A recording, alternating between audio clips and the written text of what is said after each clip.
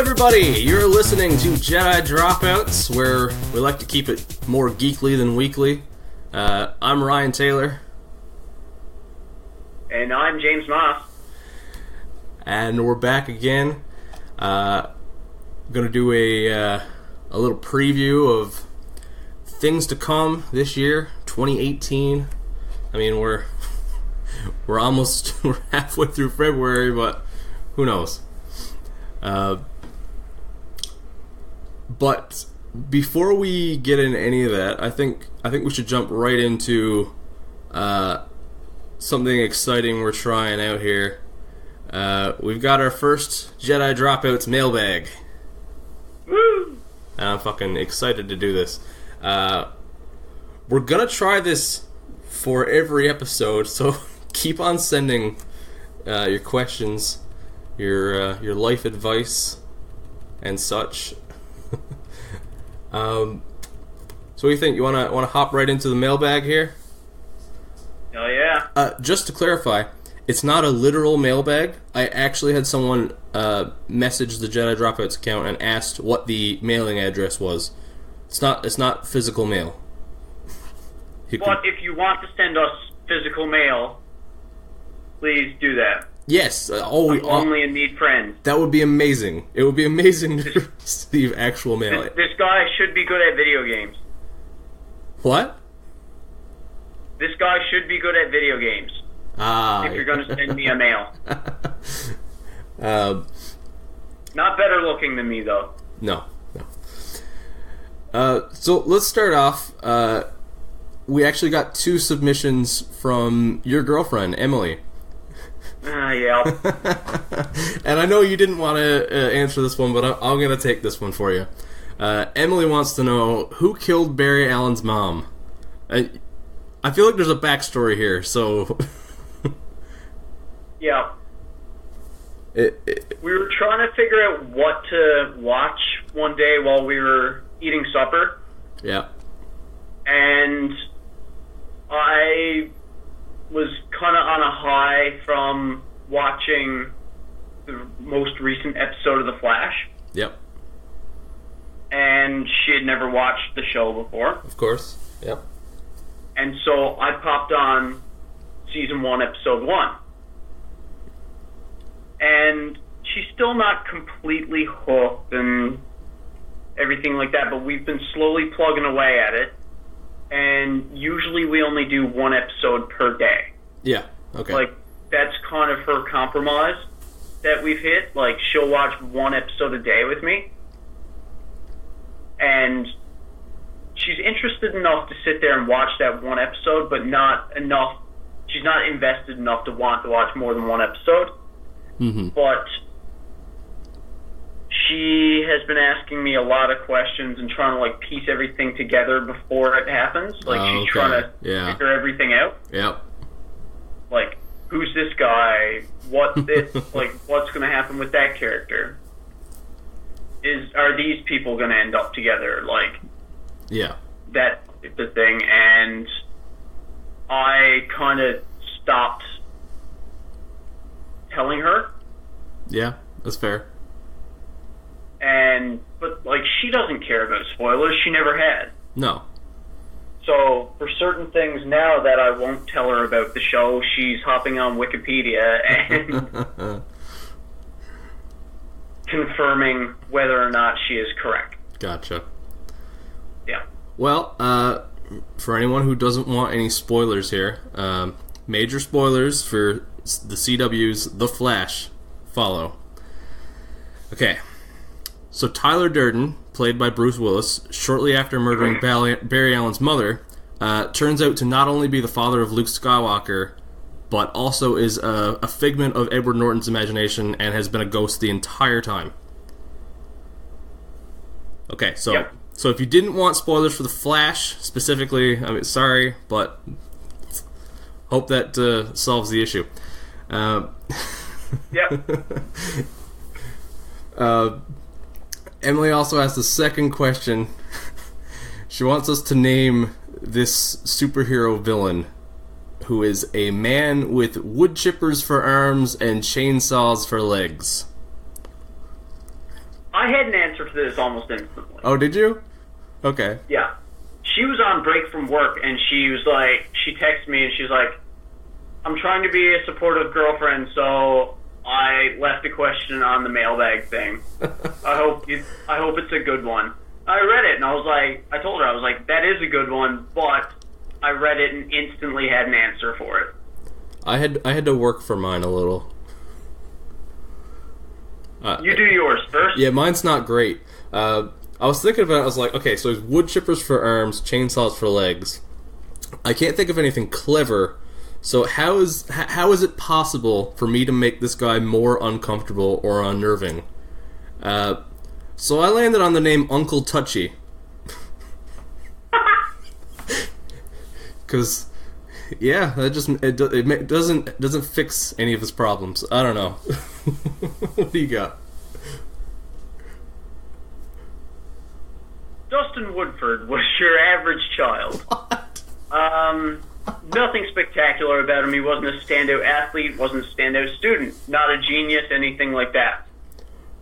But he did love horror movies.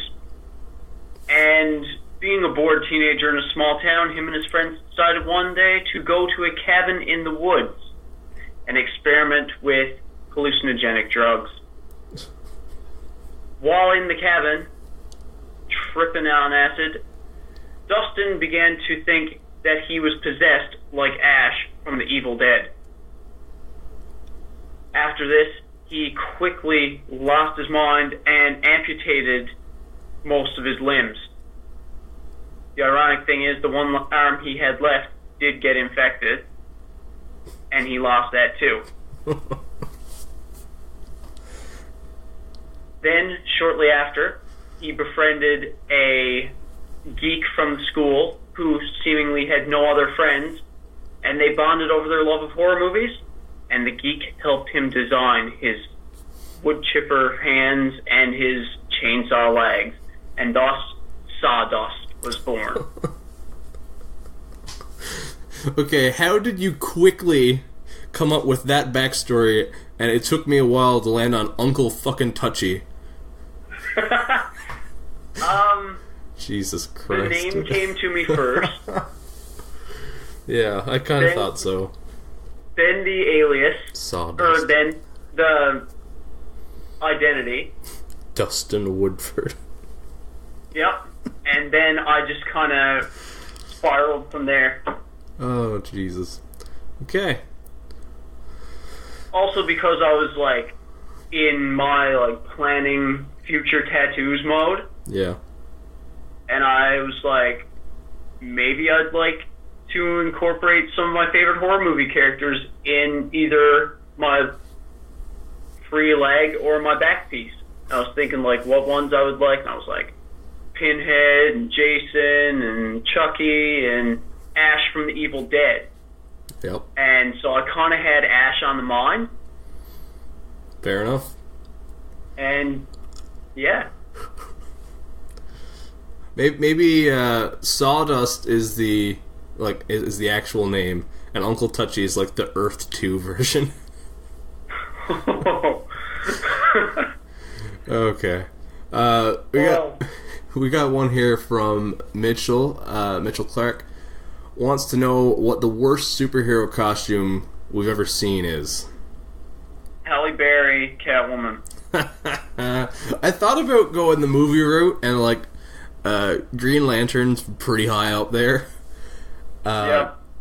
But then I was like, I want to find something that originates in the comics as shitty. And Original Nightwing. Oh, what's the original Nightwing? I'm not familiar. Like is there's something prior to the classic black and blue we know? Yep. Okay. I'm going to see if I can find an image on Google that I will send to you over Messenger while we're speaking. Is it this thing with all the gold? Holy shit. And like the diving neckline, is that it? Yeah, and the big, like, really, like, the big collar. Yeah, wow, that is something. Oh boy. Yeah, he looks like a Vegas performer. Yeah, he kind of looks like he'd be like the third guy, Siegfried, Roy, and Grayson. Dick. Yeah. Siegfried, Roy, and Dick. Yeah, there you go. I landed on Red Sonja because have you ever really looked at Red Sonja wearing the chainmail bikini? Like, nope. It's Red Sonja is basically the female Conan the Barbarian, and she literally wears a chainmail bikini. And yeah, I'm looking at it right now. Yeah, like I'm not sure exactly what the thought process was. Like, I can't afford to be stabbed in all my internal organs, but I really need to protect my tits. I'm not sure. I don't know. I mean, I'm wondering if like the underside of her attire or lack thereof has any type of like cloth or anything there, because the first thing that I thought just then was like how bad that would chafe the nipples. Oh, Jesus. Yeah. Never thought about that. Or, and this is a bit graphic as well, but okay, yeah. The other part of the bikini. Pubic hair getting caught in expanding and contracting chainmail, and that just tugging and pulling. Yeah, that's something. That's quite the mental image. Like,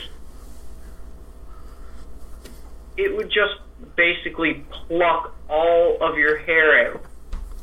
And that would be so unpleasant. Well, Mitchell, I hope you're happy. You asked a genuinely geeky question, and you got an answer about pubic hair. I mean, what else do you really expect from life? Yeah, that's true. We got one more from the mailbag here. Besides your own podcast, what podcast would you recommend to someone who has never heard of one? This is from Matt Pike. He also wants to know boxers or briefs. Nope. Nope.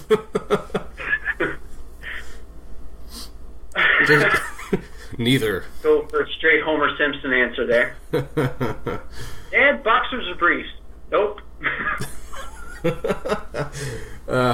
Well, to quickly answer that second one, boxer briefs are the only answer in my mind. Boxers and briefs are nope.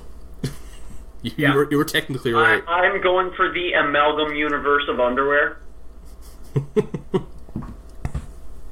I've specifically I've only worn boxer briefs since about 2006. I haven't been on the train as long as you. It's probably been like 2011, 2012-ish, but yeah, boxer briefs. Like, it started for me when I first moved out of my parents' house when I started university, and I was at Walmart and I was looking for new underwear because I'm not a dirtbag and I buy new underwear semi-frequently. Yep. And I saw that Walmart had like Batman and Ninja Turtles and Ghostbusters boxer briefs. And so I bought them because of the characters that were on them, because I am a man-child. Yep. And I started wearing them and I was like, shit, these are way more comfortable than boxers. And I never went back. That is a geeky question, really, because you just gave a more serious answer to boxers or briefs than that last question. That was the one you got serious about. Holy shit. Yeah. Oh, yeah. Okay, yeah, boxer briefs. And I can make this one about pubic hair, too, if you want. That's alright, we're good. More specifically, personally, American Eagle boxer briefs are the fucking best. Like, most of mine are Everlast. Everlast. Solid. Yep. Let's get back to his main question. You don't listen to as many podcasts as I do. I Like, No. that's not even up for debate. I listen to like 40 or 50 different podcasts. I listen to just a small handful. So what would you recommend then? For anyone who's getting into podcasts, if you want to just stay on the geeky side of things, Hollywood Babylon and Fat Man on Batman are two of my favorites because I'm a fucking mark for Kevin Smith. Yeah, same. I've listened to a few others, but names aren't coming to me. They've mostly all been about nerdy stuff. Yeah. I listened to a bit of, was it Ear Biscuits? Oh, the yeah. Good Morning podcast. Rhett and Link, man, yep. Yeah, and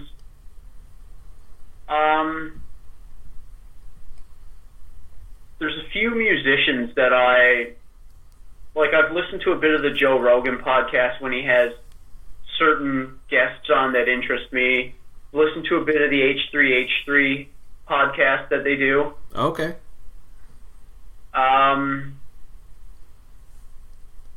I listened to a couple of podcasts about veganism and CrossFit and stuff like that because I follow Andy Hurley, the drummer from Fall Out Boy, on social media. Yep. And I think he's my favorite member of that band and is such an underrated musician. Oh, yeah. But he just seems like an all-around, like, just cool guy.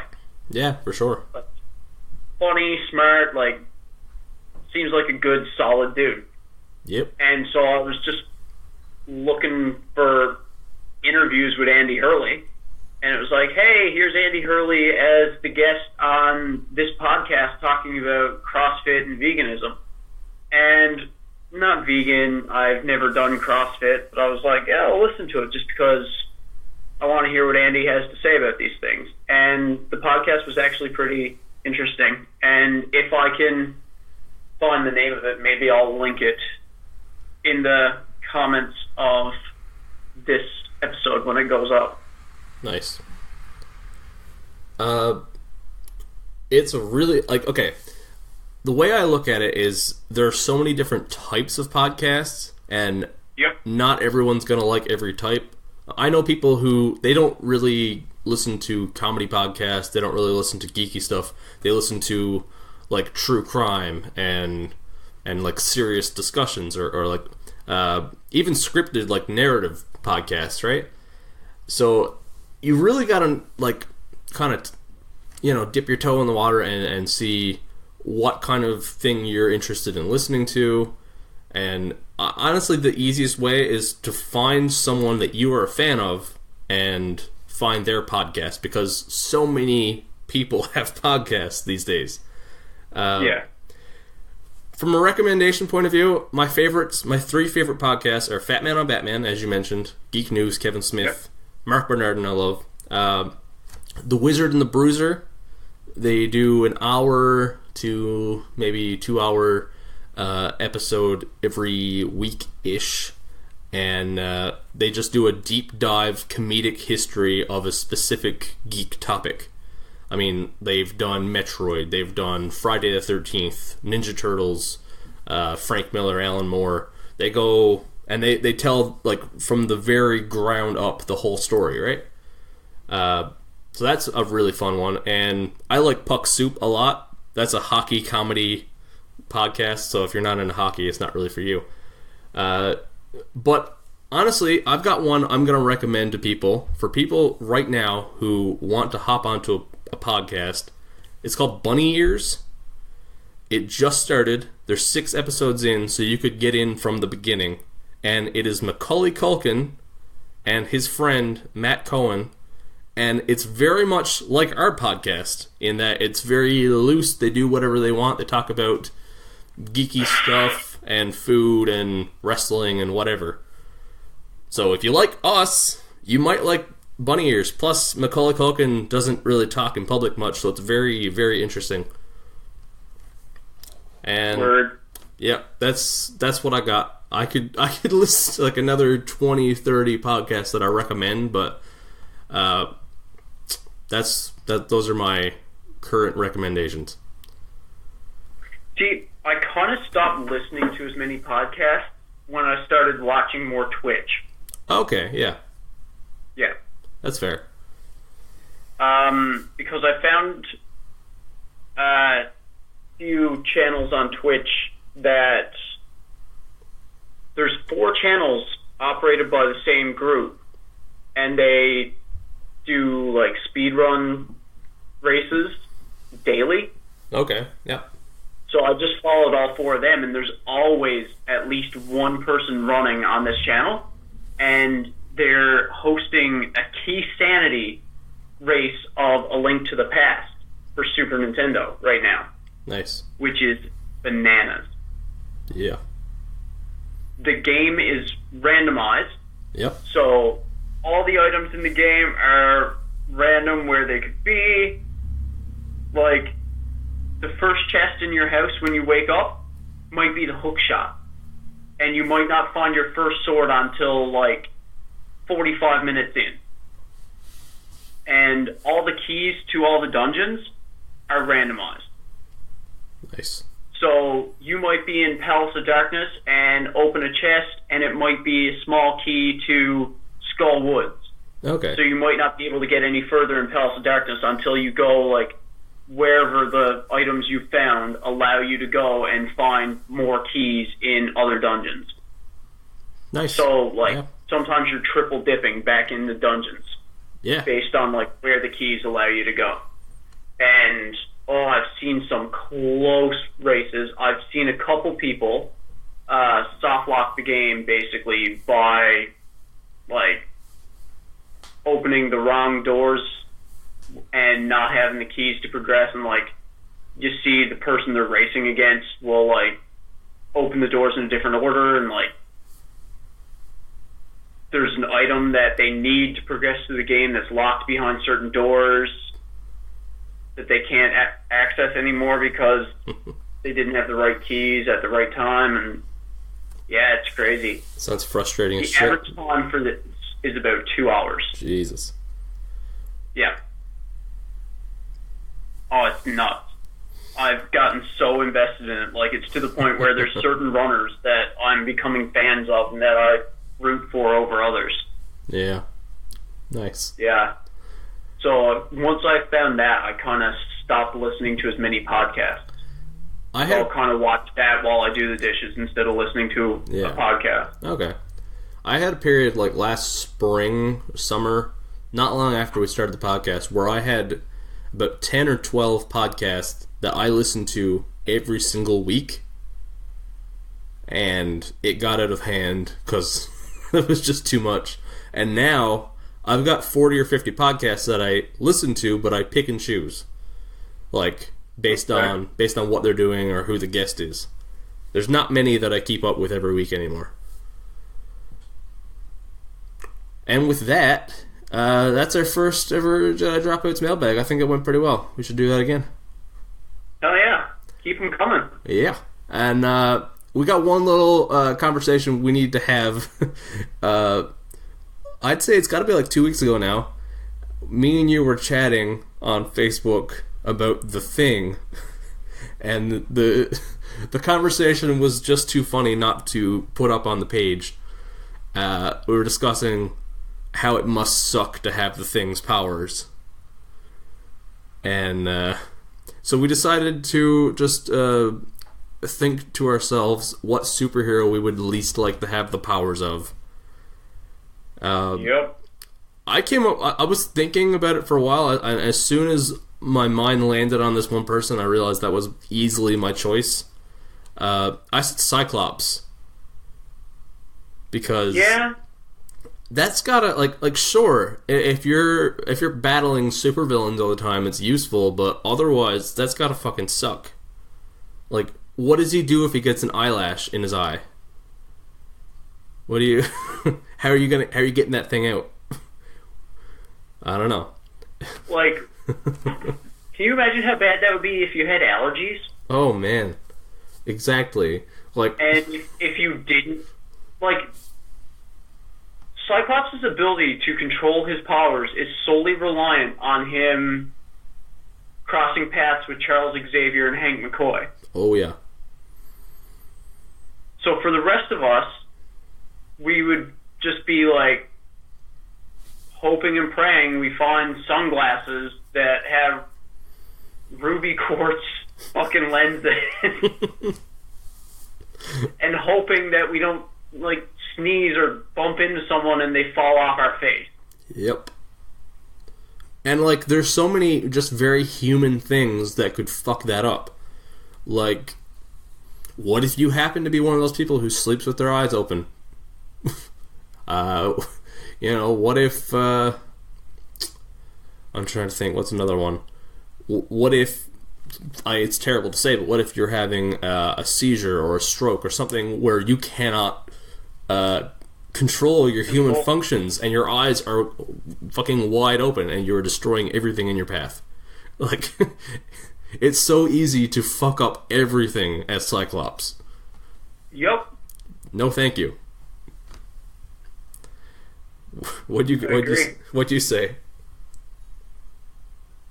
I never really landed on an answer for this because, I mean, a lot of their powers, just for the everyman or person, could be twisted to be inconvenient. Yeah.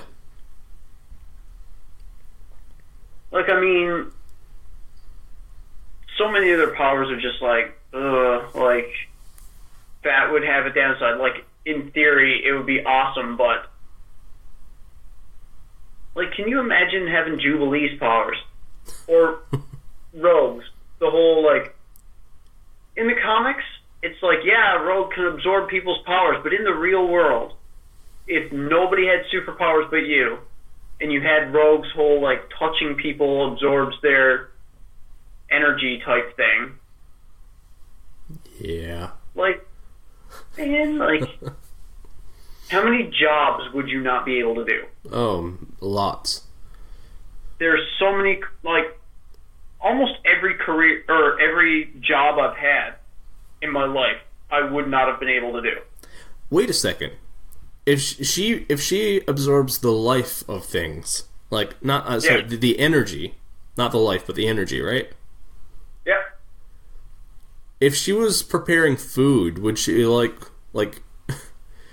she cause all the vegetables to rot? Yeah, would she, like, when she touches something, idea. would it rot and wilt? Like, how does she enjoy meals? She'd never be able to work in fast food. And that brings us to our sponsor, Blue Apron. One of these days. Yeah, we can hope. Yeah. Gambit's powers would also be awful to have. Yeah. Like, learning to control something, like, where anytime you touch it, it charges it with kinetic energy and causes it to explode. Oh my god. Like, I don't know about you, but I wouldn't have the patience to play around with that and figure it out, because the day I touch my PlayStation controller and cause it to turn into a bomb, I ain't never touching anything again. No. That would suck. The amount of times I've watched X-Men cartoons or whatever, and I was like, man, Gambit's so cool, I wish I was Gambit. Yeah. Like, I wish I was Gambit already with the ability to control my powers. Yeah, exactly. I don't wish I was a young Remy LeBeau just gaining my powers, having no idea how to control them. No, Jesus Christ. Like, there's some powers that's like, okay, like, yeah, it would suck the experimentation process, learning how to control it, but I'd manage. Yeah. Rogue, Gambit, nah. Like, that's the kind of circumstance where it's just like, fuck it, I'd just take the healing factor. Well, I got some news here. I was going to go through... I don't know if I'm going to go through all of this, because there was a surprising amount of news in the last couple weeks. First of all, I'm not sure if you heard about this, but you remember how a while back DC decided to make a TV series, about Superman without Superman in it, and nobody's gonna watch it. Oh, you mean the Krypton show? Yeah, you remember that? Guess what they did again? I heard about it, but I just completely forgot it existed until right now because that seems like a stupid idea. Yeah, that's what I mean. And they did it a second time. They're working on a new series called Metropolis. It is a TV series. Well, I mean, when your first endeavor doesn't succeed, recreate it. Krypton's not even out yet. It's coming out in like a month or something.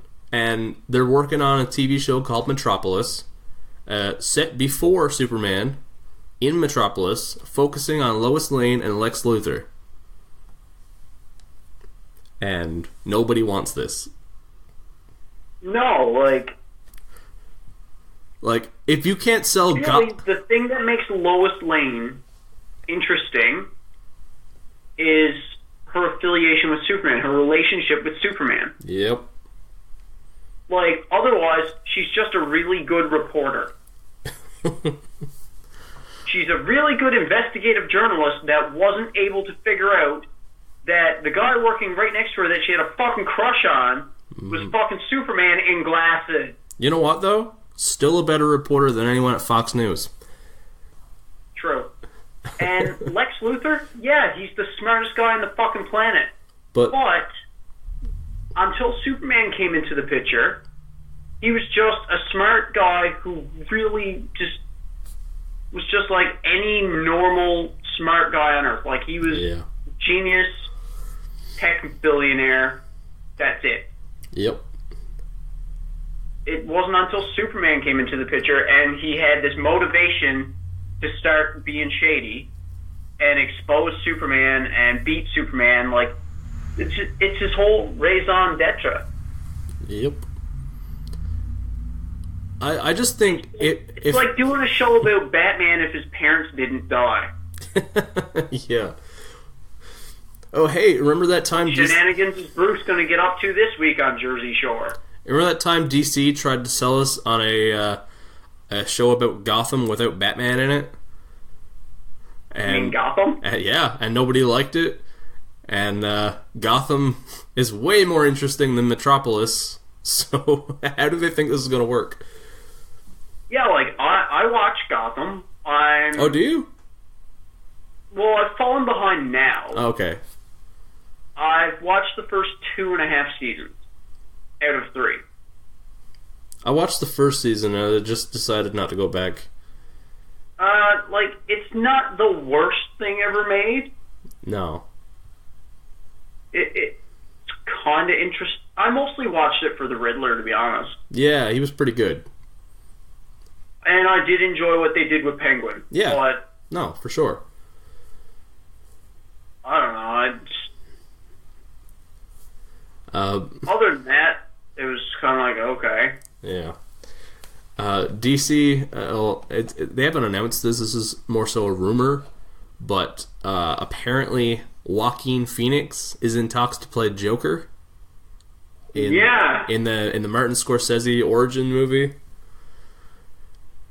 That's kind of out of left field, but it could work. That's a thing. Yeah, that's a thing.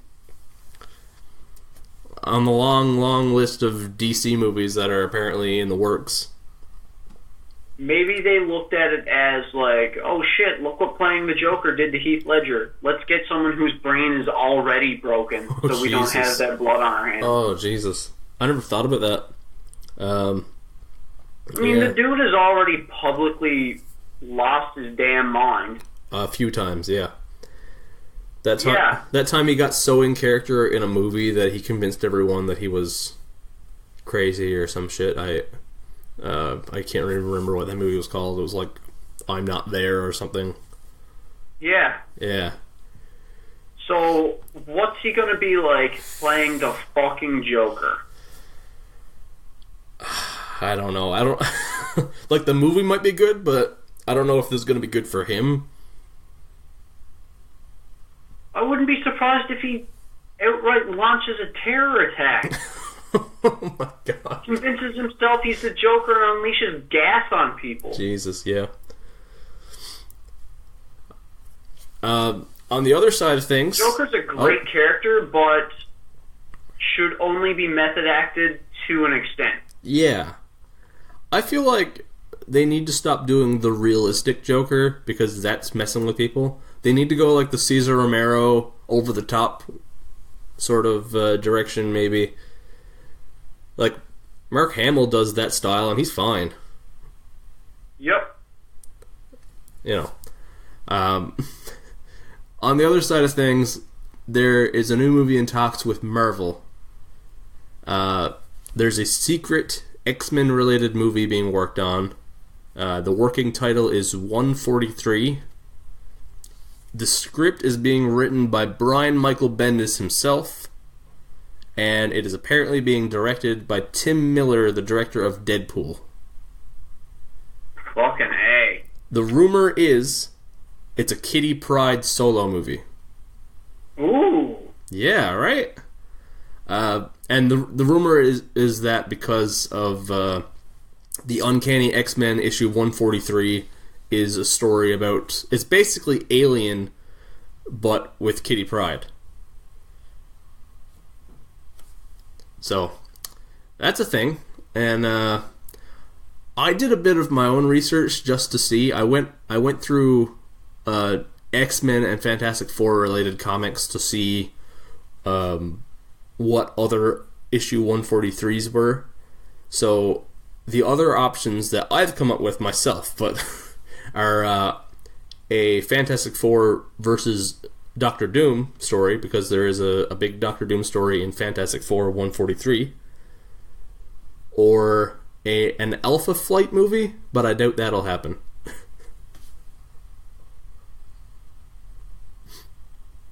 Yeah. Yep. I'm down for that. I think Tim Miller and Brian Michael Bendis working together is going to be insanely good. Hell yeah. And the last of the news, David Benioff and D.B. Weiss, the creators of Game of Thrones, are getting their own Star Wars trilogy. Ooh. Completely separate from the Skywalker saga, completely separate from Rian Johnson's trilogy. So, they're going all in on the amount of Star Wars movies that are coming out. Yep. And I saw a few people talking online about this is going to be too much Star Wars. But if you combine the entire Skywalker saga, including Episode 9 that's not out, Rogue One, the Solo movie, and these two trilogies, you have about as many Star Wars movies as there are currently MCU movies. So, yeah, we're good. We'll watch all this shit. Oh yeah. That's all the news. So pretty eventful. Now, the actual the point of this episode. Let's preview the shit coming out this year. Yes, sir. So first up, any video games you're excited for in 2018?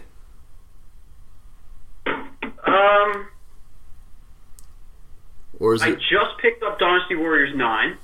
Yeah. It just came out this week, February 13th. I haven't gotten a chance to play too much of it yet. I've only played 5 hours worth of the game in a handful of days. I'm still kind of on the fence about it. Okay. The gameplay itself, the open world thing that they introduced, is pretty cool. The combat is repetitive, but that's the case for all Dynasty Warriors games ever. Yeah. So the open world thing is cool. The way they have the missions laid out is kind of cool. The part that's not really the cutscenes and the dialogue are painful. Yeah. if you can ignore the cutscenes and dialogue and just look at like the actual like open world running around completing missions part of the game, it's been fun so far. The cutscenes look like they're gone back to like early PS2. Oh shit. And the dialogue and voice acting, like the dialogue seems like it could have been written by an 8th grader. Oh, okay. And the voice acting sounds as if you and I decided we were going to record the entire cast of voices like Matt and Trey do for South Park. Oh, God. Like, 3 people having a dialogue, and it's just like, I think we should do this. I agree. It's like, it sounds like one guy just doing like 5 different voices. Oh. That sounds great, though. It's just like, that is so weak. Like,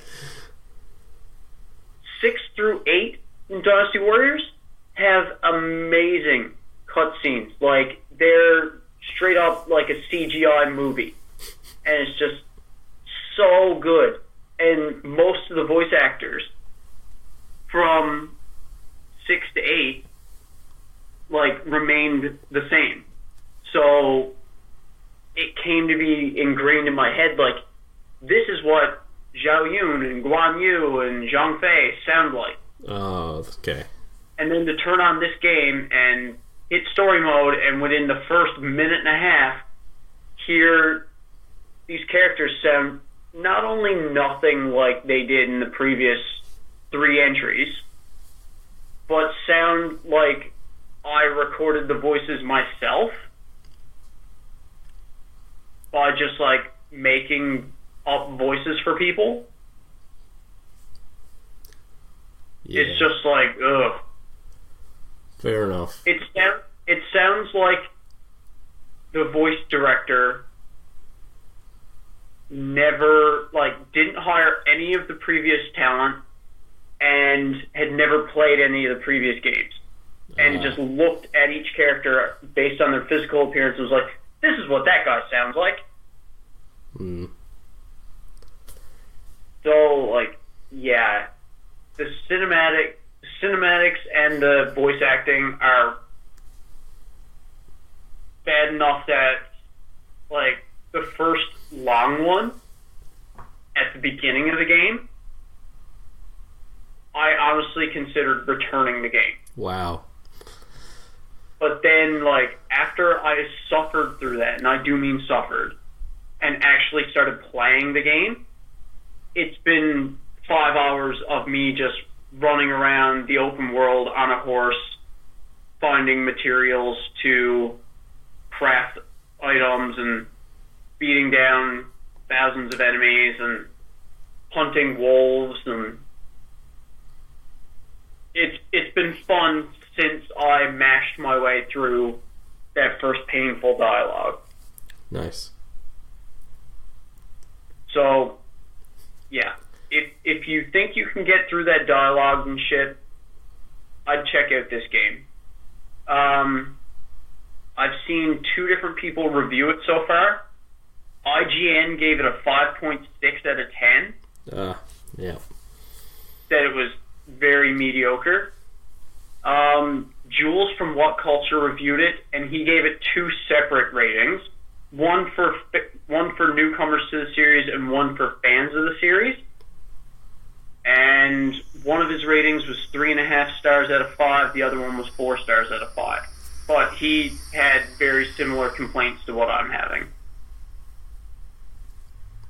I'm also going to apologize to the listeners for that very noisy piece of shit car that just drove by my house. You definitely heard that.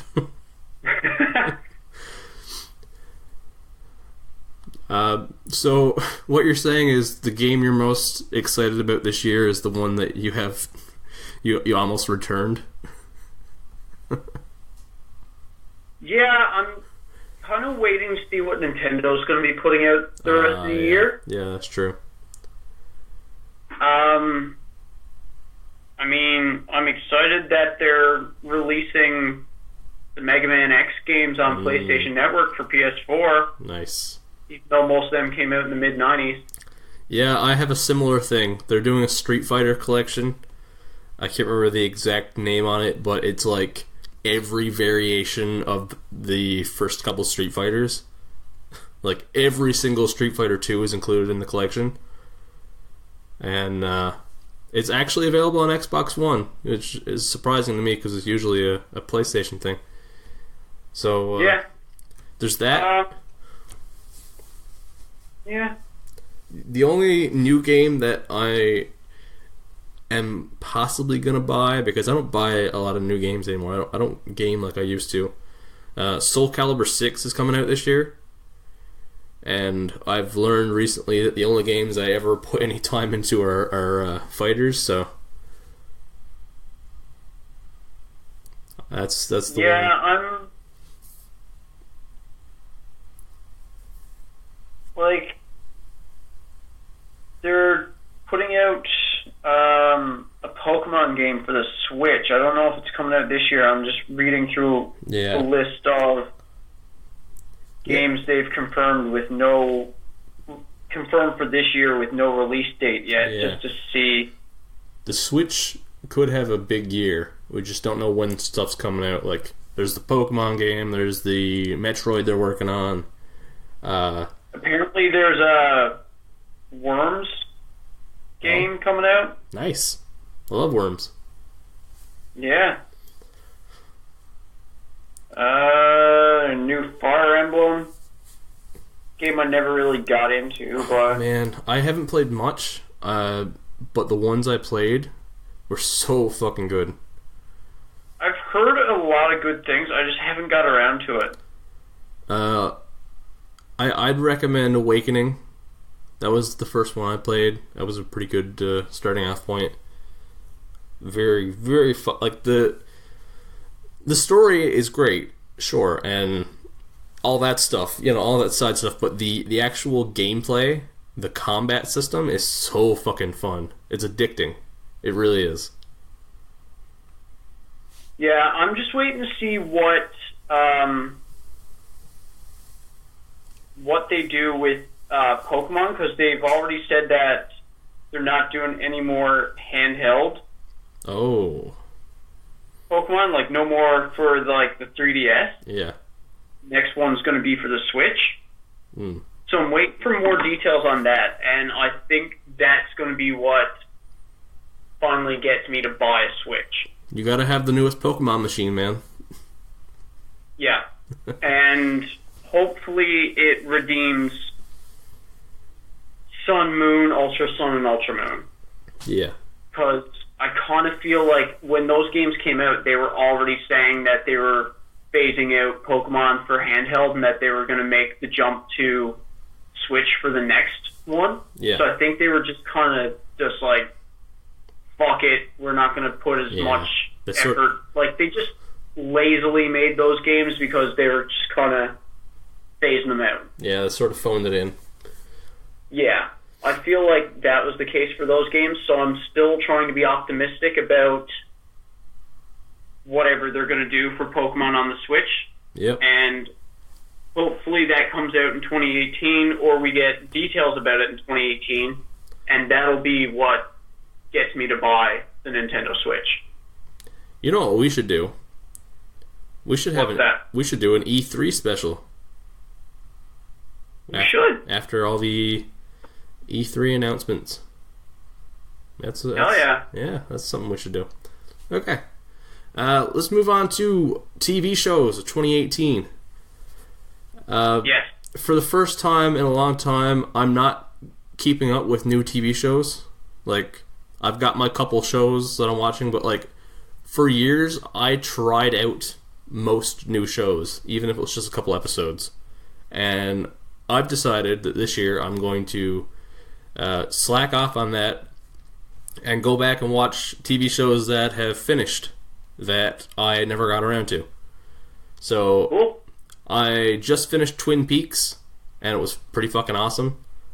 I am looking at The Wire next. So for the first time, I don't have that many TV shows that I'm like really fucking jazzed about this year. Obviously, if they put out Stranger Things season 3, that's top of my list. Yep. Atlanta is finally getting season 2. That came out the year before last, 2016. It was Donald Glover, and it's just a show about a guy who becomes his cousin's manager for his rap career, and it is very like there's not really much of a structure to the show. It's comedic, it's dramatic, it's weird as shit, but it is everything I love about Donald Glover, and I can't wait to see season 2.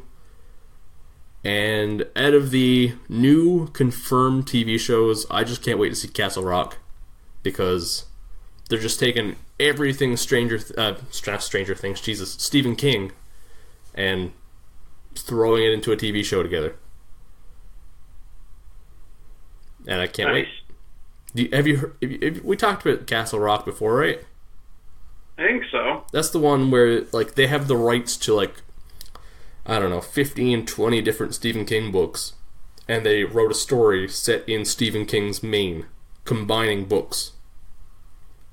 Like, Bill Skarsgård, I think, is in it as a Shawshank inmate, and I think Sissy Spacek shows up in the show, but she's not Carrie, and like they brought back people who've played Stephen King characters, but they're different characters. Sick. Mark Bernardin was one of the head writers on the show, which is like main reason I'm into it. Yeah. So that's really like, because like the shows I'm looking forward to watching in 2018, most of them have been over for 10 to 20 years. So it's a weird year for me for TV. What you got? I've been getting, like, I haven't been watching too many new shows. I've mostly just been watching, like, streams and stuff like that, but I did start watching Black Lightning. Oh, yeah. Which is DC Comics adaptation on Netflix. Yep. It is produced by Greg Berlanti, but it's not part of the Arrowverse. Oh, okay. I didn't know that. Yeah, I had to look it up as to whether or not it was going to be part of the Arrowverse and if he was ever going to cross paths with the other characters. And they've said, as of right now, they plan on him just to be his own character and have no crossover or mention of any of the other characters. Yeah. They release one episode a week, and we're 4 episodes in. Okay. And so far, I'm enjoying it. Awesome. I think Cress Williams as Black Lightning is impressing me. Krondon as Tobias Whale is actually pretty cool. Nice. Yeah. I like where the show's going. It's been pretty interesting so far. That's what I've considered. Some of the performances seem a bit over the top. Okay, well, yeah. Like James Remar. Oh, yeah. From The Warriors, like Dexter's dad. He seems a little out of place at some points. Wasn't he in that Mortal Kombat movie? Yeah. Yeah, that's Raiden, right? With like the Yeah. Yeah, okay. Like, he seems a bit over dramatic sometimes. Okay. Yeah. Like, almost like he's overacting. Yeah. But that's only at like points. All the other characters, like, there's a lot of characters in the show I've never heard of that I'm like, yeah, I think I could enjoy them in other roles. Like, it's a predominantly, the cast is predominantly people of color.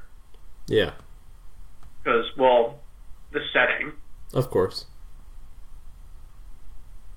But, yeah, no, really good, and it's kind of like, to me, what Black Panther is like,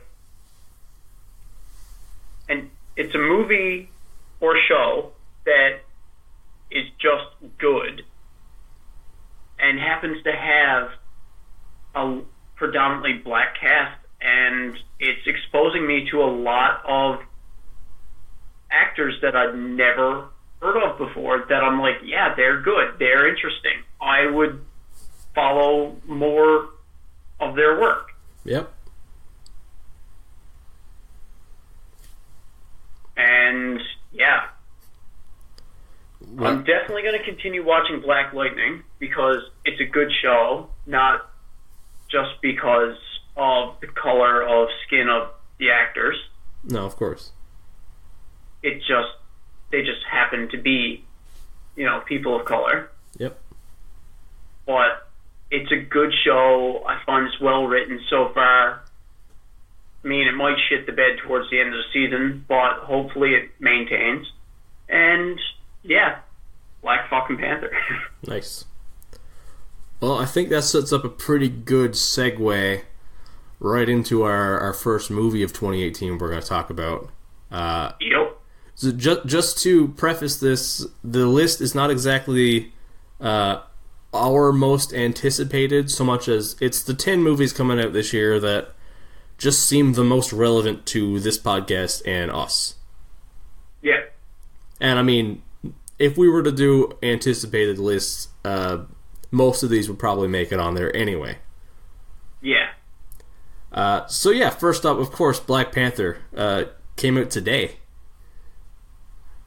We should have it. Yep. I think that was last night, actually. Well, yeah, because they do the midnight release. Yeah. Yeah. This thing looks fucking insanely good.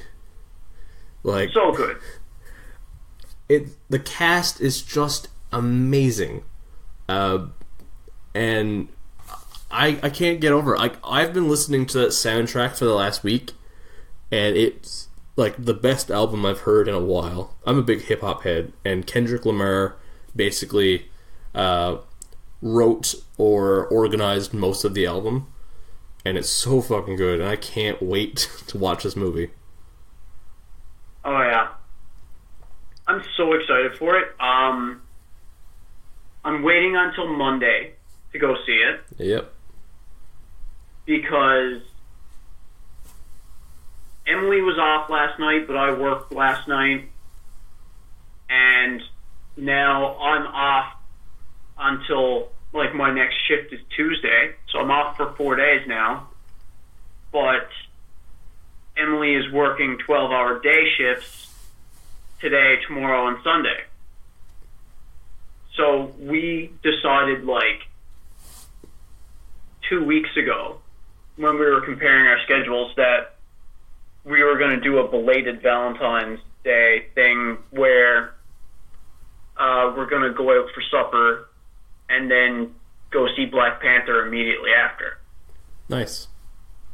So that's our plans for Monday. We've got supper reservations for 5:30, and the movie starts at 7:15. Luckily, there's a nicer restaurant in the same building as the movie theater. Oh, yeah. Yeah. So we're going to Gitano's, and because neither of us have been, and then we're just walking straight up the stairs and going to the movie. Sounds like a good night. Hell yes. Well, good food and a kick-ass movie. Yeah. Like, that is my dream date right there. I don't think we're going to get into Black Panther too much, just because our next episode is probably going to have a review, whether it be just from your side or both. I'm not sure if I'm going to get a chance to see it or not. Yeah. So let's get into the next one, and it's again a Marvel movie. Just to clarify, most of these are superhero movies because there's so many fucking superhero movies coming out this year. Yep. May 4th, 2018, Avengers Infinity War. Which is funny, like, you know, Disney owns Star Wars and Marvel, and May 4th, they're putting out Infinity War and not a Star Wars film. I feel like they're planning something here. Like, I don't know what exactly. Like, I don't know if there's something to do with the Han Solo movie that they've got like an ace up their sleeve. They're gonna drop in a trailer that day, maybe. Maybe. That seems likely. Maybe Infinity War, because of how big of a draw that's going to have. Yep. Maybe the trailers during Infinity War will be when they drop the first, like, mind-blowing Solo trailer. Yeah, maybe they had the little teaser one at the Super Bowl. Yeah. But that's all it was a teaser. I didn't even watch it because I'm still on that not watching trailers train. But I saw some of the screenshots. I hard to avoid. Donald Glover as Lando. Oh my god, man! It looks so good. So good. But anyway, back to Infinity War. Yeah. I mean, it's what it's been building towards for the last fucking 10 years. Yeah. Well, I mean, at least for the last 6, because the first Avengers really planted the seeds of Thanos. Yeah. I mean, it's going to be huge. I know I in our rankings I didn't put the team movies that high, but I mean, it's going to be a fucking spectacle.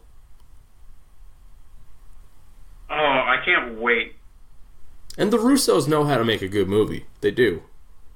Yes, they do. For all my flaws with Civil War, I mean, it's still a fucking good movie. Hell yes. So love it. And I feel like we've touched on Infinity War quite a bit in the past. So I don't know how much there is to say. I mean, for most of these, I wrote down the cast just for reference. I didn't write down the cast to Infinity War because, like, I don't know if my computer has the hard drive space for that cast. It's like fucking, what is it, 300 different superheroes or some shit like that. It's insane.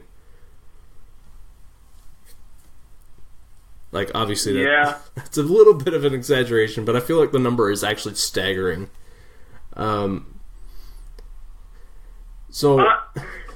you any idea what the budget for that movie is? Oh, man, I do not know. It's got to be insane. Just on salaries alone. Oh. Yeah. Like, before you, like, factor in, like, production costs and, like, all that shit, just the salaries for the actors.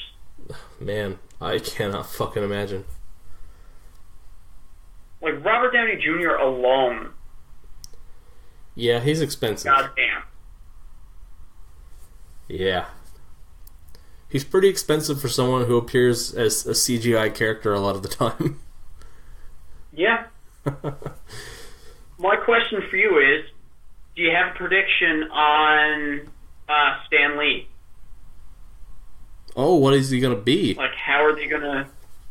Yeah, how are they going to work Stan Lee into this one? That's a good one. So yeah, we saw him talking with the Watchers that time. That was interesting. That was Guardians. Yeah. But I figured I didn't know if they were going to continue from that, but then they kind of drew it back, and he was the guy yelling out his window in Spider-Man, and then I guess like the doctor, the guy who did the haircut on Thor in Ragnarok. Yeah. I don't know. I think I think that one's hard to predict because I mean they always throw in a scene that is literally written there for Stan Lee comedy. Yeah. I have no idea. I have no fucking clue. You got anything? I have no idea. It's gonna be good. Sticking with the superhero movies, literally 2 weeks later, Deadpool 2. Yup. Which doesn't actually have a title yet. Like, I'm actually convinced that they're naming it Untitled Deadpool Sequel. Because that's the name that's been like a placeholder. Yeah. That seems like that kind of thing they would do as a joke. Yep. I just, like, with how close Deadpool 2 is coming out to Infinity War, Yep. that is 2 big-ass paychecks for Josh Brolin in a short period of time. Shit, yeah, so it is. Man. Like, when the newest, like, trailer thing came out for Deadpool 2, like, I was watching my trailers, as I normally do, Yep. and I pointed out to Emily, I was like, that's the same guy who's playing Thanos in Infinity War. Like, man. Yep. Cable and Thanos in the same month. The thing I'm interested in with Deadpool 2 is, like, Deadpool was fantastic, and they're bringing back pretty much everybody. But they're also adding Cable, Domino, apparently Terry Crews is in there somewhere. Yeah. And someone is playing Shatterstar. Apparently. Which, I'm not familiar with Shatterstar, but apparently it's an X-Force thing. Yeah. Black Tom Cassidy's in it.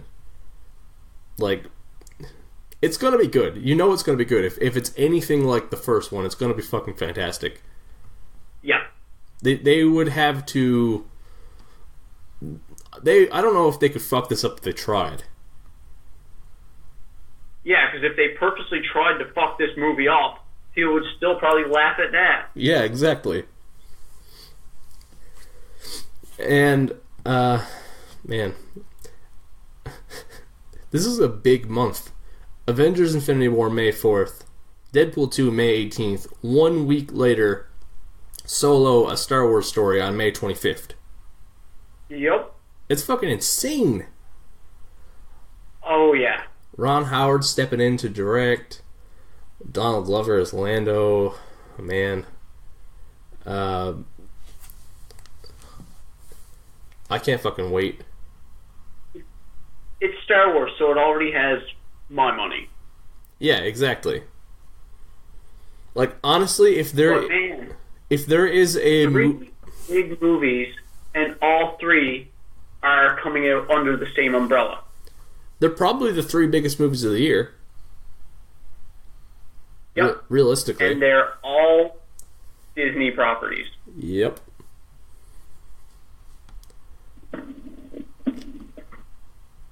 Yep, this is going to be a good financial year for Disney. Did you know that there's a new droid being introduced in Solo? I did not. I didn't either until I looked up the cast. It's L337. Doesn't really roll off the tongue, but you know. Maybe they'll just call him L3 or something. Yeah, L3. That works. So after that, 2 days before my birthday, we've got a long-awaited sequel. Another superhero movie, technically. Incredibles 2 from Pixar. Man, we've been waiting a long time for that one. Oh, man. When was the first one? Like, 2005? Is that right? Something like that. It's been around 12, 13 years, somewhere along those lines. And they are bringing back everybody. Did you know that they were bringing back the Underminer? I did not. From the very ending of the first one. The Underminer is in the cast listing, so I don't know if they're picking up like exactly where they left off or what. Maybe they will. I don't really think they will. Yeah. Unless they just like start the movie where the last one ended and then cut ahead a little bit. Yeah, that's true. They might just be like, here's where we left off. Yeah. And cutting back to today. Yeah, that's true. Like 6 months later. Oh, yeah, that makes sense. Cause like maybe they'll start with the fight with the Underminer and like maybe there's some kind of fallout from that fight, and they're like, hey, 6 months later, well, you know what? this is how things were. That makes sense, because that's how the first one went. There's the whole Mr. Incredible saves the day, and then it cuts. They get married that same day, him and Elastigirl, and then it cuts ahead like however many years. Yeah. So maybe they'll do the same thing. That makes sense. Yeah. I'm personally really excited. They've got two actors joining this movie from Breaking Bad. Jonathan Banks and Bob Odenkirk, who played Mike Ehrmantraut and Saul Goodman on Better Call Saul and Breaking Bad, are both in this movie, and they're fucking great actors. So, Odenkirk's hilarious. Odenkirk is fucking great. Like, everything I've never seen Bob Odenkirk in a role that I didn't, like, thoroughly enjoy. So yeah, Incredibles 2. Maybe I'll get to see that for my birthday, who knows. There's always a really good movie that comes out, like, on or around my birthday. Every year. And Pixar's pretty lucky. I know, I mean, I'm a mid-June baby, so, like, you know, summer blockbuster time. I think there was I think Jurassic World might have came out on my birthday. The first one. Mm-hmm. Which, speaking of which, Jurassic World Fallen Kingdom, June 22nd. I know you're avoiding trailers, but did you see even part of the new trailer for this movie? I didn't see the new trailer. I saw the one attached to The Last Jedi when I saw it in theaters. The newest trailer for this movie... Yep. I didn't, like, until about 5-10 seconds in, I didn't think it was a Jurassic Park movie. I thought it was a horror movie. Oh, really? Yeah. Ooh. Are they going a horror route? Then, like, the music kind of clued me in, and... Oh, okay. Like, clicking of a claw on the floor and stuff like that, and it clued me in. I was like, fuck, like, parts of this movie look like it's going to be scary. And other parts are just pure excitement. So that's great, because I think that was the one thing Jurassic World was missing. There wasn't any scares. Like, not that Jurassic Park was really a horror franchise, but it had horror elements. Like, there were some parts where you were on the edge of your seat being like, man, that would be fucking terrifying. Honestly... Like, all of it would be scary, but there's some parts that stood out as the terrifying bits. Yeah, like, for me, the one that always scared the shit out of me was Jurassic Park 3, the bridge scene with the pterodactyl. Right? That was fucking terrifying. I know a lot of people shit on that one, but... the kitchen scene in the first one with the raptors? The RV scene on the cliff with the T-Rex in the second one. Remember that? With the, like, where they're being, where they have the baby T-Rex and it's pouring rain, and like there's been at least one terrifying scene in all the movies up until Jurassic World. Yeah. And not to say Jurassic World wasn't good, but it was a great movie, but it would be great to add horror to that. Yeah.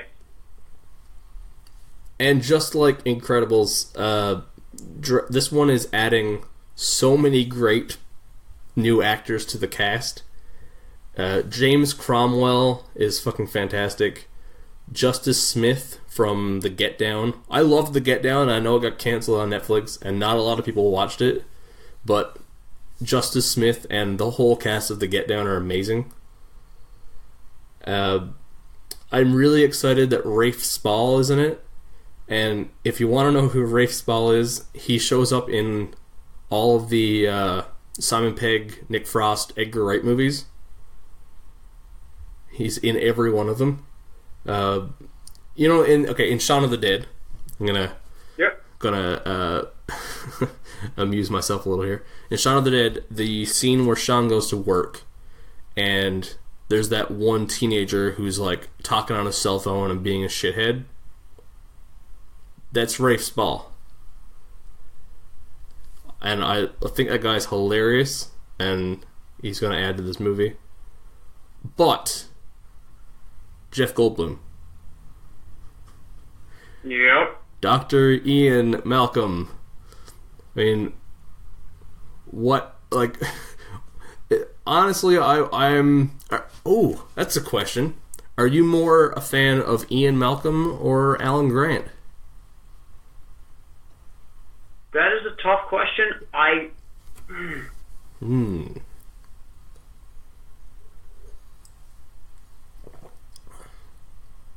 think I'm going to have to give it to Goldblum.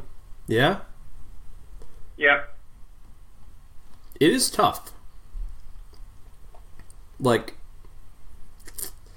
granted, I think The Lost World was better than Jurassic Park 3, so that has to give Goldblum an edge. But at the same time, I don't know, Dr. Alan Grant is a badass.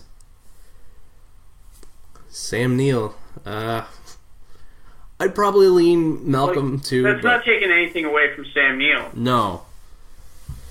That's a really tough one. I think I would lean towards Dr. Ian Malcolm as well, but it's close. It's very close. Now we've got... Just looked up that guy that you were talking about. Which one? Rafe Spall? Yeah. Yeah, he's in... Just to make sure it was the guy that I thought you were talking about. Yeah. And it is. He was also in a movie starring Elijah Wood and Charlie Hunnam, Green Street Hooligans. Oh, he's in that. Yeah. Oh, okay. I saw that years ago, but it's been a long time. Yeah, because that movie came out in 2005, but that is a fantastic fucking movie. I remember that being really fucking good. So good. Yeah. I didn't realize he was in that. That makes sense. Yeah, he's in it. That was my first introduction to Charlie Hunnam. Oh, yeah? But, yeah, it was such a good movie. I think I got sort of spoiled on Charlie Hunnam. I never saw him in anything until I watched Sons of Anarchy. Yeah. And I don't think he's ever been as good as that. So, like I don't think Charlie Hunnam as Jax is beat by any other Charlie Hunnam role, in my opinion. No. I assume you'd agree. I know you're a fan. So, going to everything else, I was kind of like mildly disappointed because I wished he was as good as he was in Sons of Anarchy, but yeah, minor complaint. But look at the movies he's been in. That very mediocre Pacific Rim. Yeah. That King Arthur movie. Yeah. I don't know if it's Charlie Hunnam or the role/movies he's being casted in. Like, Pacific Rim is one of those things that is so fucking frustrating to me, because the actual fights, the actual Jaeger versus Kaiju battles are amazing, but most of the story and the characters are just not that good. Yeah. And like every time it's not a giant robot fighting a monster, I don't care. Exactly. And it's like they took the movie, they had we want giant robots fighting giant monsters. Oh shit, we need to write a story to kind of pad the script? Yeah. Fuck. And then they just slapped it together. Yep. That's the impression that movie gave me. I remember having one issue with that movie. I need to rewatch it just so I could rediscover this one part, because I remember there was one part of the story that just hit me as stupid, and I can't remember what it is right now. It was a very small detail, but it just... I know, it's been a while for me too. I think it was something to do with where they were it's like this post-apocalyptic world, and they're like, oh my god, you have bread? type thing, and here's Charlie Hunnam still looking like he's on the cover of Men's Health. Yeah. Like, ripped to shreds and six-pack. Like, it's just like, how? If they're in a world where nutrition is so hard to come by that fucking bread is a big deal, how does a dude look like an underwear model? Through hard work and dedication. And hoarding all the proper nutrition for himself? Like, I think maybe, yeah. Because there are people who eat right and exercise for years and never see those types of results. Well, I think we just figured out who the real monster in that movie is. Yeah. Charlie Hunnam is like starving orphans so he can look like an underwear model. Yeah. He's basically the Lex Luthor of that story. He plays the hero, wants everyone to think he's the good guy, but he's starving the masses for his own selfish means. Yeah. Okay, moving on to the next movie. This one comes out a week before I get married, so I'm probably not going to get a chance to see this in theater. Ant-Man... Priority. What? Learn your priorities. I know. Ant-Man and the Wasp. Dude, just go see the movie and call that your bachelor party. That's a good idea. Although, I mean, I already know what I want to do for my bachelor party whenever I get married. Like, I have this planned out. Like, just getting a handful of friends, whoever wants to tag along, go to St. John's, eat tacos, throw axes, go to a movie, go somewhere else for supper, call it a night. Yeah. Like, but I actually have go to a movie. Yeah. On the list of bachelor party activities because I'm like, I've been to strip clubs. They're Although if I'm doing a movie for a bachelor party, I should just go have a bachelor party in May so I can see like Infinity War, Deadpool 2, and Solo back to back. Yeah, if you're going somewhere like St. John's where they will have all three of those movies playing. Yeah. Like if you wait for Solo to come out, then you could just make a day out of seeing all three. Man, you got me tempted on this. But Ant-Man... And if you decide to do that and you want some company, I will take vacation from work. You're first in line, man. I will be so on board for that. But to the point, Ant-Man and the Wasp. Yep. I fucking love the first one. I can't see why I wouldn't love the second. Lawrence Fishburne. It looks good. I haven't seen any of the trailers for this one either, because like I saw one. Literally, they released the first trailer.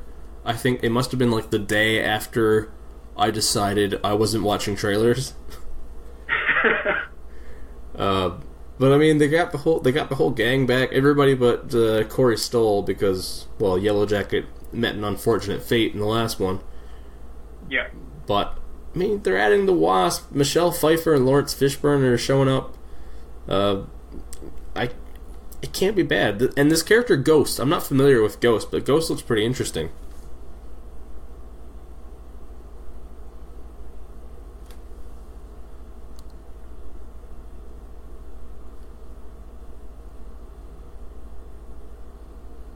You there? Yeah. Okay. Ant-Man and the Wasp. I will see it when I get a chance, and I'm pretty fucking sure I'm gonna enjoy this. Hell yeah. I mean, what's not to love? Exactly. We got 3 movies left, and they're all still superhero movies. Yep. Surprise, surprise. Venom, October 5th. Oh. I gotta... People were complaining about the trailer for this. Okay, I gotta admit, I watched the teaser trailer. I gave in to curiosity. What do you think of it? I thought it was a good teaser. Me too. I wanted to see Venom, but I'm glad they didn't show him. Yeah, save that shit. Like... Exactly, like... Can you imagine, like, they showed a bit of the symbiote. Yeah. Like, in a jar in a lab. But, can you imagine if they don't actually show Venom in any of the trailers and save that shit for the actual movie? Man. Like... How intense is it going to be the first time they show him on screen, then? The thing about it is it doesn't look like they're doing a typical villain of any sort. It looks more like it's going to be Venom versus an organization. Yeah. So, if there's no other villain reveal, you gotta save Venom. You can't show that shit in February. No. And then have nothing else up your sleeve. Plus, if there's no major villain and he is against an organization, but a lot of that story of that movie could also be kind of similar to a Hulk Bruce Banner situation. Yeah. Like, it could be where Eddie Brock is the protagonist and Venom is the antagonist. Oh, yeah, that's a good idea. I like that. Like, a lot of that movie could be Eddie trying to maintain control, like fighting for control against the symbiote. Because the symbiote, like, is almost like a Dr. Jekyll and Mr. Hyde thing. Like, Eddie's trying to keep control and do this, but the symbiote's trying to, like, you know, yeah. Eddie's pissed off because this evil group is coming after him, trying to take the symbiote for whatever reason or whatever. And Eddie's trying to be like, no, we shouldn't kill them. Meanwhile, Venom's like, yes, we should.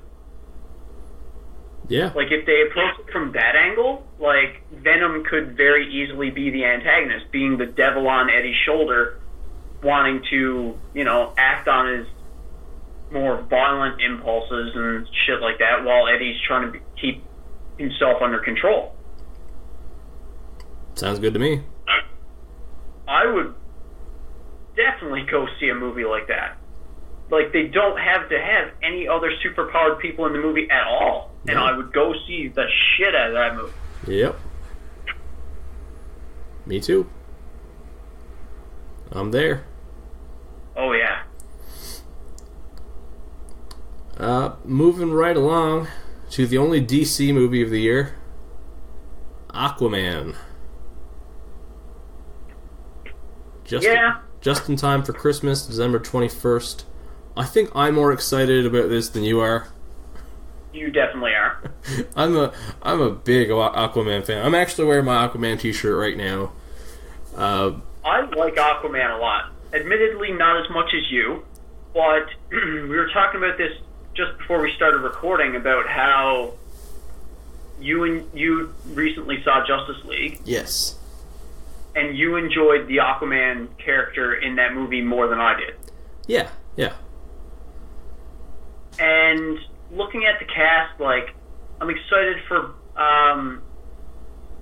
see Manta. I like Willem Dafoe. Mm-hmm.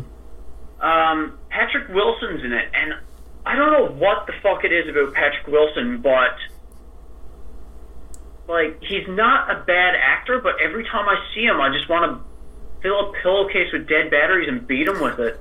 I know what you mean. I like Patrick Wilson, but there are actors who, despite their good acting, you just can't fucking take.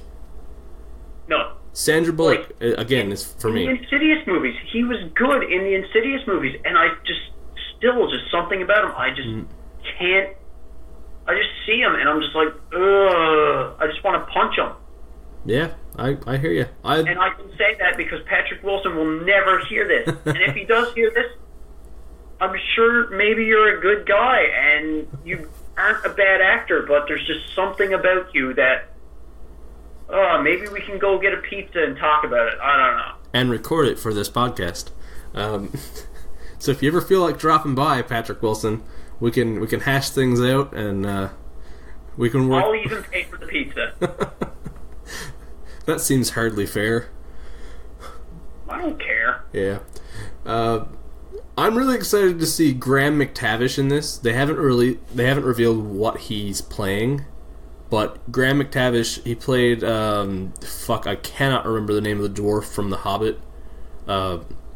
I think the very first guy that shows up with the bald head in The Hobbit. Okay. He plays him, but he also plays the Saint of Killers on Preacher. He did the voice of fucking Dracula in the Castlevania anime. Graham McTavish is really good, and he's got a lot of potential, and I have no idea where they're putting him in this movie. So, well, hopefully they use him to his potential. Yeah. Dolph Lundgren's in it for some reason. I have no idea why. But who fucking knows? No, I'm not going to go into Justice League too much. I watched it the other night. I felt very much the same way that you did, that it was a step in the right direction for DC.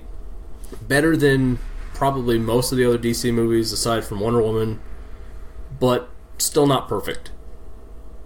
No. I did like Aquaman more than you did, as much as I do have to agree that Cyborg was probably the best part of the movie. Yeah. Flash was pretty good too, though. Oh yeah, for sure. Flash was entertaining. And like the first scene with Wonder Woman where she's busting up that bank heist. Oh yeah. That made the hairs on my arms stand up. And you were absolutely right. That opening Batman scene, in my opinion, as well as yours, is probably one of the single greatest Batman scenes we've ever had in a movie. Yeah. It was incredible, and it felt like Batman the Animated Series, just like you said. Yeah, it felt like they brought Batman the Animated Series to live action for a couple minutes. I'm not going to say the whole movie felt like that, because some of the Batman stuff was weak at times. But that scene, man. Well, some of the reshoot stuff, when they went back, you can see a noticeable difference in Ben Affleck's weight.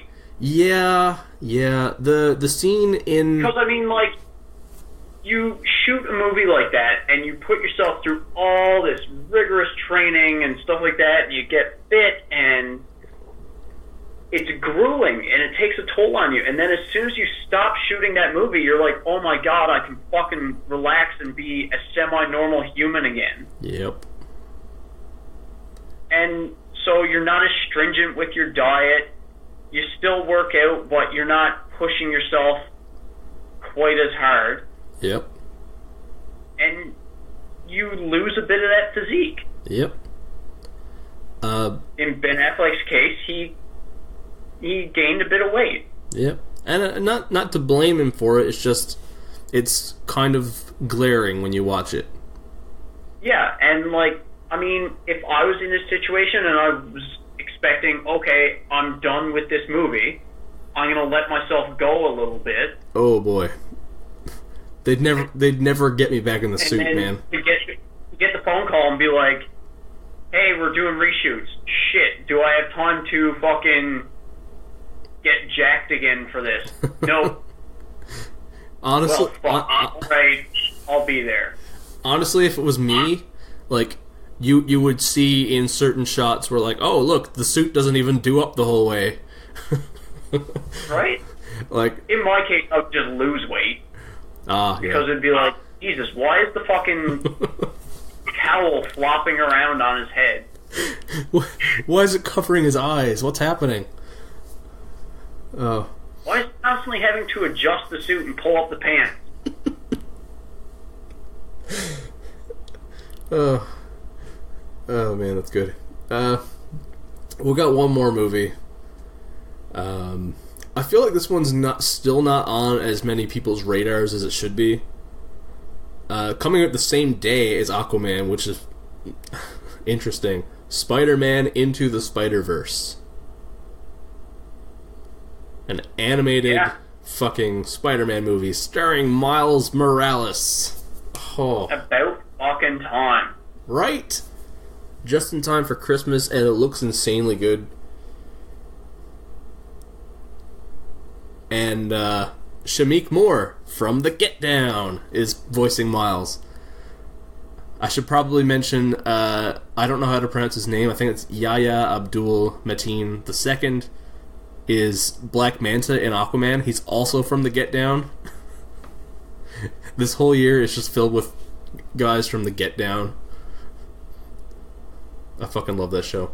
So Shamik Moore is Miles. Mahershala Ali, aka Cottonmouth from Luke Cage, is voicing Aaron Davis. Brian Tyree Henry from Atlanta is voicing Miles' father. And Liev Schreiber is in it as fucking who knows. Oh, it's gonna be good. Man, I feel like Spider-Man should have been getting animated movies a long time ago. Oh, yeah. Like, I don't know why they like, granted, I love live-action Spider-Man movies, but, I mean, it's such an easy selling point to tell a kid you're gonna go see an animated Spider-Man movie. Like, this is gonna make so much fucking money. Yep. It's just good business. I don't know, and I love that they're finally giving Miles a chance to shine. Maybe this will be the gateway to getting Miles into the MCU.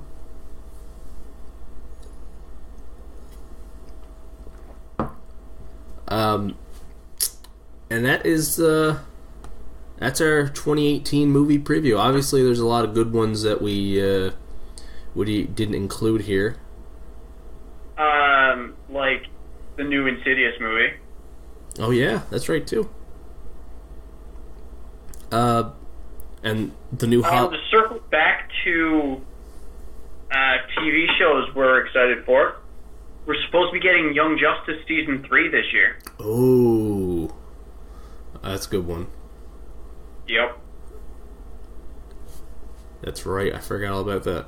And like, obviously there's a lot of stuff that's been announced that I hope comes out this year. Like the Watchmen TV show, the Deadpool cartoon, shit like that.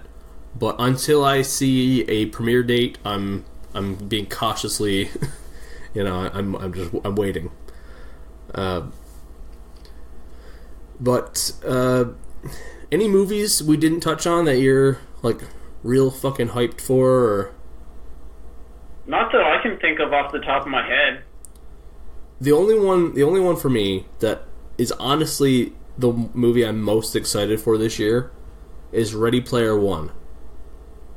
Yeah. Like, that book is fucking incredible. Steven Spielberg is running the show, and he knows what the fuck he's doing. And Simon Pegg is like one of my favorites. Simon Pegg is going to be in this thing. The cast is fucking great. And, like, it literally is just a great story that is built on geeky references. And it's so fucking cool. Oh my god. I watched the first trailer. It was also attached to Last Jedi.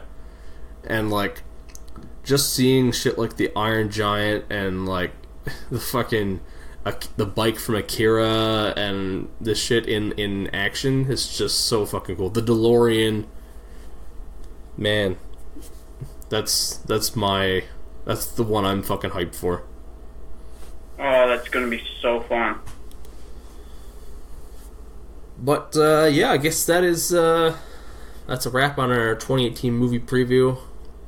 We last episode we clued up our thoughts on stuff that came out in 2017. Now we've clued up what's to come, so we can get back to having our geeky lists and rankings and all that shit. Maybe we should do another fan casting sometime soon.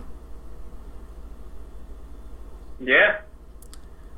So I would imagine our next episode is going to be Black Panther review, but we've also decided something we've been talking about for a while, and has actually been requested. I've actually had people message me and say, you guys should do this. We're doing a Marvel versus DC debate. Yep. We're going to break down into different categories and try and determine the winner, who is the greatest of all, Marvel and DC. So you can look forward to that next time on Jedi Dropouts. This is one I've been looking forward to for a while. Oh, yeah. We talked about this, last summer, I think, is when we first started talking it. Yep. And just, honestly, just the amount of movies and TV shows we've had, we couldn't not review since then, is probably what postponed it. Yeah. But, that'll be in our next episode. That'll be the whole episode, I would imagine. Black Panther review, and then we get into our Marvel versus DC debate. Yep.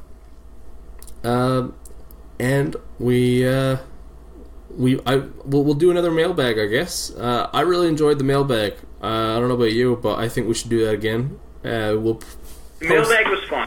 Yeah, we'll post that again. We'll post another open call.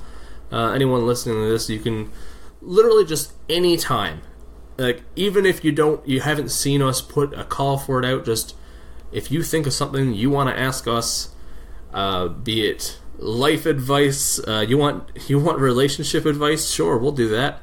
Yeah. You want us to rank all the Doritos flavors, we'll do that, sure.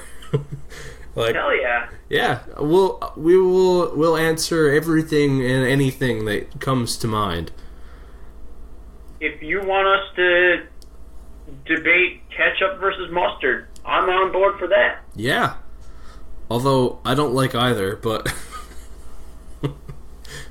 that's besides the point. I'll still take a side. Sure. Yep. It doesn't. That being said, I kind of feel like it would be best if we only get one question in the mailbag for an episode, maybe hold off on answering until we have at least 2 or 3 questions to answer. Yeah, for sure. So if you ask us a question, we don't answer it right away, don't get discouraged. Yeah. You can send us more questions. There's no limit on one question per person. No. Not at all. So, yeah, don't get discouraged if you send us a question, we don't answer it right away. Maybe we're just waiting for a couple more questions to come in so we can answer them together. Yeah, and it depends, too, because some weeks we might have a topic lined up that is just a little more time-consuming. Too time-consuming. So we'd save it until the next episode, of course. Yeah. But yeah, I guess that's a wrap on the episode. I think so. I think we're good. Yep. Thank you once again for listening. We passed 1,000 downloads. Hell yeah, we did. 1,000. I know that's a very small number for most podcasts, but for us, that's fucking huge. That's our first milestone. Oh yeah, man. So fucking cool. And really appreciate everyone who's listened and downloaded and shared and liked and commented, and everyone who has sat down and enjoyed us in any way. Wow, that sounded dirty. But make sure to tune in again in 2 weeks' time. Make sure to go check out the Tridents and Tracers podcast I'm also running on the same channel, where I talk comic book news and reviews, and I'm looking to have guests in the near future. What else you got to plug?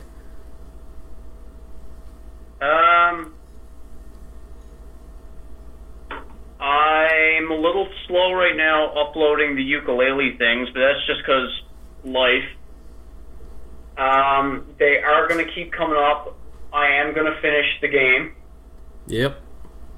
After that, I'm gonna try to continue with the James is Bad at YouTube series. I've been considering. Well, I started a Twitch account so I could favorite a few channels, but then I thought to myself, like, maybe I could do a bit of streaming too. Yeah. So I'm thinking I might start streaming a bit on Twitch. I'll be posting the link on the Jedi Dropouts page, and anytime I do plan on streaming, I will post it on the Jedi Dropouts Facebook page, being like, hey, James is going to start streaming in about a half hour. Sounds good. Yeah. And no worries, I do not have a camera yet, so, you'll just be able to hear me talking and watch me play video games, but you won't actually see my shitty self. Jesus. Yeah, so thanks again for listening. You can always find more episodes of Jedi Dropouts and other assorted projects that we do over at www.jedidropouts.podbean.com. And I always forget I've been forgetting lately where exactly you can find us. iTunes, Google Play, YouTube, Stitcher, Podbean. So that's all of them, right? I think so. And anywhere you listen to a podcast. I mean, I don't even use any of those. I use Castbox myself. But you can also follow us over at Facebook, Instagram, Twitter. We don't have a Snapchat yet, so I don't know if that's something in our future. I doubt it. And yeah. Stay tuned for what's a good one? We haven't done one of those hypothetical joke castings at the end of an episode in a while. What do you got? What do you want? What do you want to see? What's your? Remember we used to do all the hypothetical joke castings at the end of our episodes. What you got? Anything? I want to see. I want to see a Law and Order Justice League crossover. I want to see the cast of specifically Law and Order SVU in the roles of Justice League. I want to see specifically like Ice Cube as no Ice-T. Ice-T. Yeah, wrong Ice. Ice-T as Jon Stewart Green Lantern. That's what I want to see.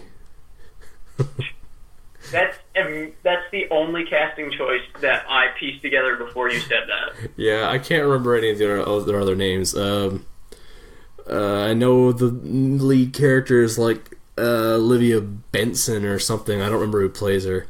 I don't know. She's pretty stern. I don't even know if I would joke around about putting her in a superhero costume, because she would glare the living fuck out of you. I mostly just want to see like the Justice League logo and then Dick Wolf, because that's the best part. No, the best part would be seeing like the character like Aquaman and Batman introduced, but bum and the music playing.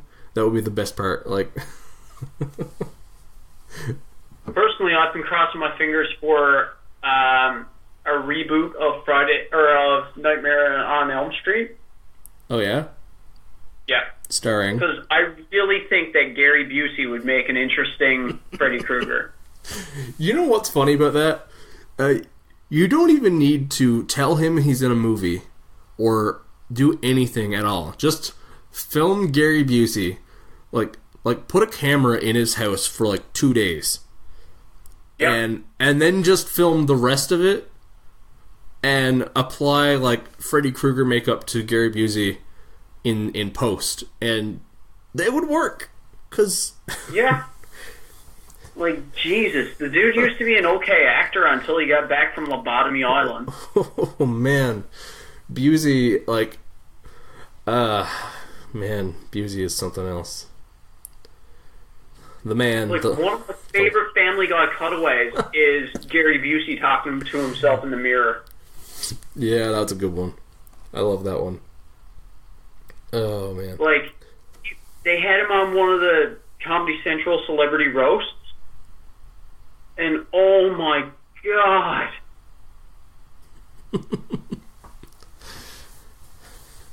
Like, I kind of felt a little bit bad that they, like, allowed him to be on stage and, like, talking to people. So, like, it kind of felt like they were almost exploiting a handicapped person. Yeah. But at the same time, it was funny as shit. Gary Busey is... Oh. I think that's a good note to end on.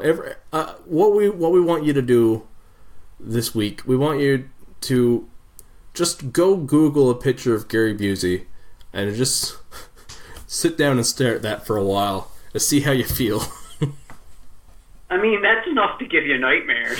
Oh, it's nightmare fuel. You know what? Nightmare on Elm Street is like My Little Pony compared to a day in the life of Gary Busey. Yep.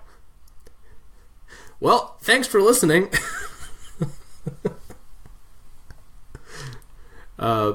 Yeah, you've been listening to Jedi Dropouts, where we talk superheroes, Star Wars, and Gary fucking Busey. Make sure you tune in again. That's not even the sign-off. Make sure to drop by. No, that's not it either. Thanks for dropping by. Holy shit, I'm fucking this up today. Thank you for dropping by. Something dropped out. Something Gary Busey? Yeah. Okay. Later. Peace.